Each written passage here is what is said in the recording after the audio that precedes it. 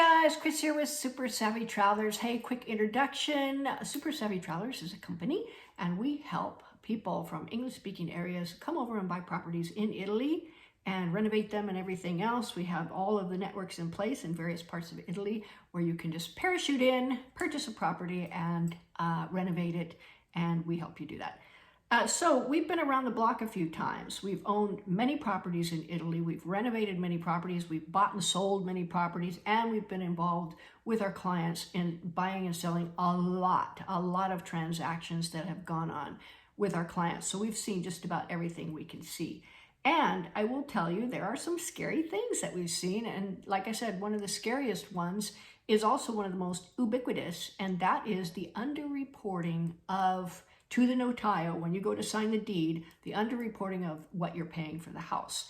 Now, even just last week, I had somebody call me up and go, hey, this guy wants me to buy his house. He wants me to sell it. He wants to sell it to me for this amount, but he wants me to pay this under the table. I'm like, no, don't. Just, you know what? If somebody tells you that, just turn on your heel and walk away, because that is a dangerous person. I will tell you that. There's a lot of people that do that over there, but it is highly illegal and the penalties are very severe. And I will say that the Guardia di Finanza, who is in charge of making sure the taxes get paid, are using AI now to look for red flags and audit people. And having seen a Guardia di Finanza audit, I can say it's not pleasant.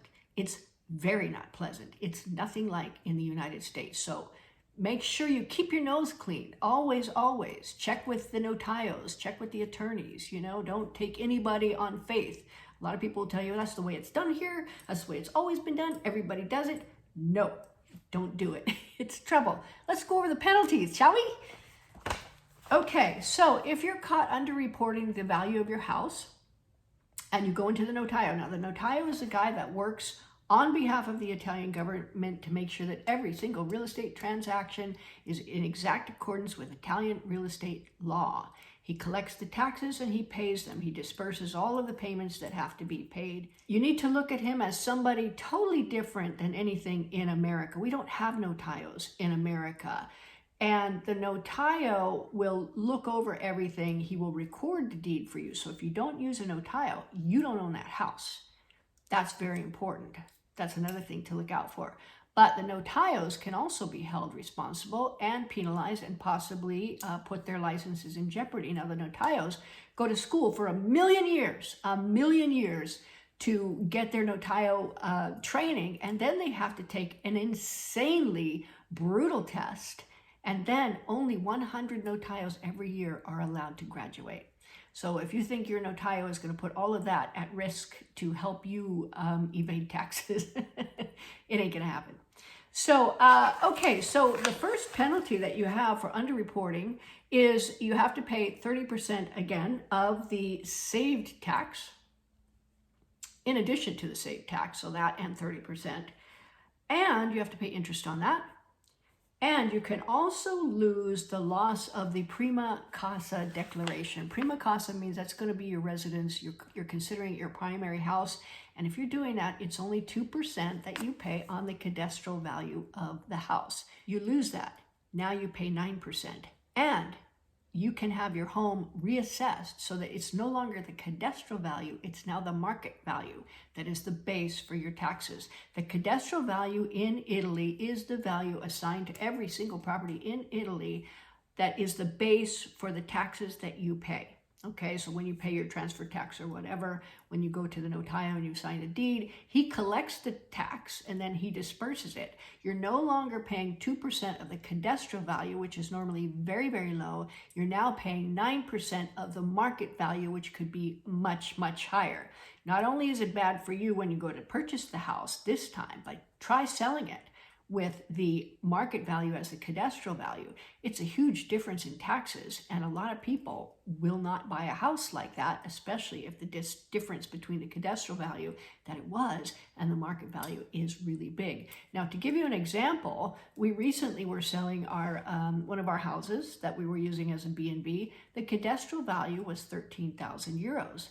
The market value was in excess of 100,000 euros. So you're talking a huge difference.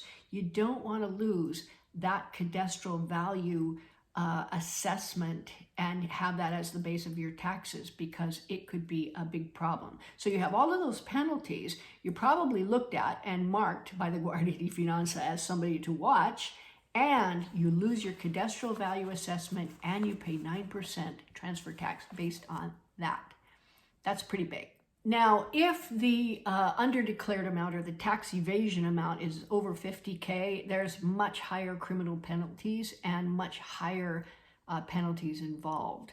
So you can see there's a lot at stake here. And again, a lot of people come and they'll tell you anything. A lot of people will tell you anything to sell a house, and they'll do a lot of things to try to evade taxes. That may have flown before, but I can say with AI, and all of the tools and systems available now to the Guardia di Finanza, the Agenzia dell'Entrata, the notarios, I can tell you right now, you're taking a big risk and it's not worth it. Just keep your nose clean. Make sure you check with a professional. You know when somebody's trying to tell you something stupid, right? You know that. Anybody that tells you this is not on your side. You know, they don't care, whatever happens, happens. They're not looking out for you or for them. Another thing that you want to keep in mind is that if you go to sell that property within 3 years, not within the 5-year period, you have to pay capital gains on the difference. So let's say you bought a property for $100,000 and you said, we're just going to pay $60,000. I'll pay you the $40,000 under the table. Okay. You have to pay capital gains on that $40,000 if you sell the property for $100,000, because that's the declared amount. The notario is looking at it going, you paid $60,000 for this property and now another $40,000, you must have improved it. So again, keep your noses clean. Make sure you hire a really good professional on all of these things. Attorneys are great. We love Nick Mehta at Studio Legale Mehta. So there you go. That's the scariest thing. Easy to avoid. Like I said, always check with the best professionals and take and study our course. You can always, when you buy the course and you study it, if you have questions, you can email us and we'll answer them. That's part of the value of the course. So definitely take the course, study it, stay tuned here. I got a lot coming up on a lot of different topics, but there's more scary things coming. See you soon, guys.